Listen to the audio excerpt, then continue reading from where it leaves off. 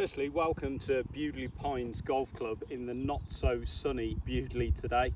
It's been a bit of a wet one, but today I'm going to take you through an expo demonstration on the pitch. So first of all, it's worth describing what the pitch is.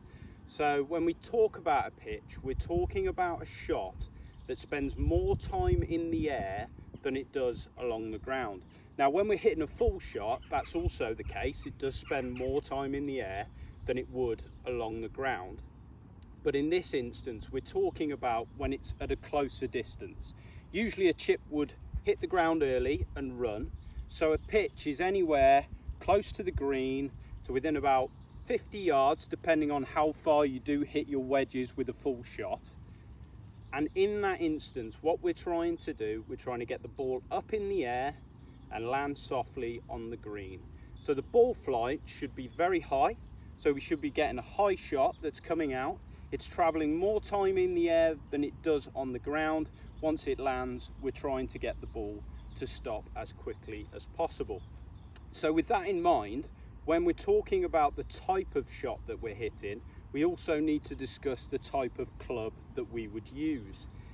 It's interesting to note that with pitching, a lot of the time what you need to be doing is using a consistent club. And the reason for that is when you use a consistent club, you start to get consistent distances. So when we're talking about the pitch shot, we're talking about using our wedges, whether that be a pitching wedge, a gap wedge, a sand wedge, a lob wedge. There's many different variations, but especially early on in your golfing journey, it's great to stick to one club and one club only. Now, there are plenty of other things that come into pitching, so I'll take you through it step by step.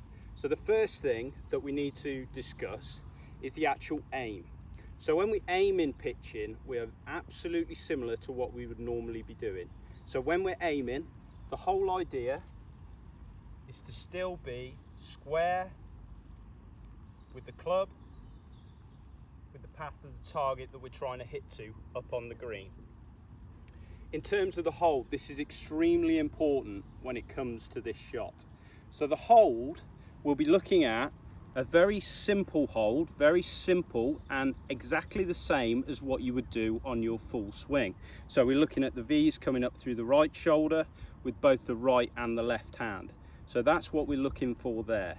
With the hold, it's very important to note that you have to have a consistent hold on the club.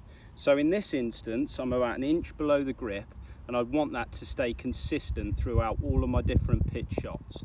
Because as I change the length, as long as I've got the same grip, we're in a good position. So we move on to ball position. So ball position for this one, what we're looking at is we want the ball in the center of our stance. Our posture is as normal, so we can see it from this angle. It's a slight bend from the hips, and we've got all of our weight in the balls of our feet, it feels like. So it's a great way to start, and then just drop back into a nice athletic position. When we're pitching, we want to see 60% of the weight on the left side, and this promotes a downward strike to help us get the ball in the air. Another thing to note when pitching, it's very important that the contact is ball first. This is consistent throughout all golf, but that's very important. Unlike a bunker shot where you do hit the sand first, we're focusing on ball first contact. So outside of that, we've got our normal posture, we've got our normal hold. What we're looking to do is slightly withdraw our left foot. This allows the swing shape to follow slightly inside on the way through and allows our body to rotate. So I'll go through and give you an idea of what I'm looking to do. So the ball is in the center of my stance. My hold is as I would normally have it. I take my athletic posture, withdraw my stance slightly, and then I hit the shot.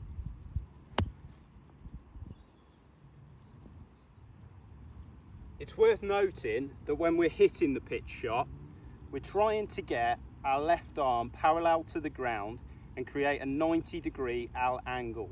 We're also trying to do that as we come through. Now there's different variations on how we can do this. If we're getting into that L position and coming through to that L position, that is what most players would call a 9 o'clock position. When we're pitching, we may go to 10 o'clock or even 11 o'clock. So that's just short of your full swing. I'll go ahead and hit one more, focusing on an L to L finish, 90 degrees with a parallel left arm.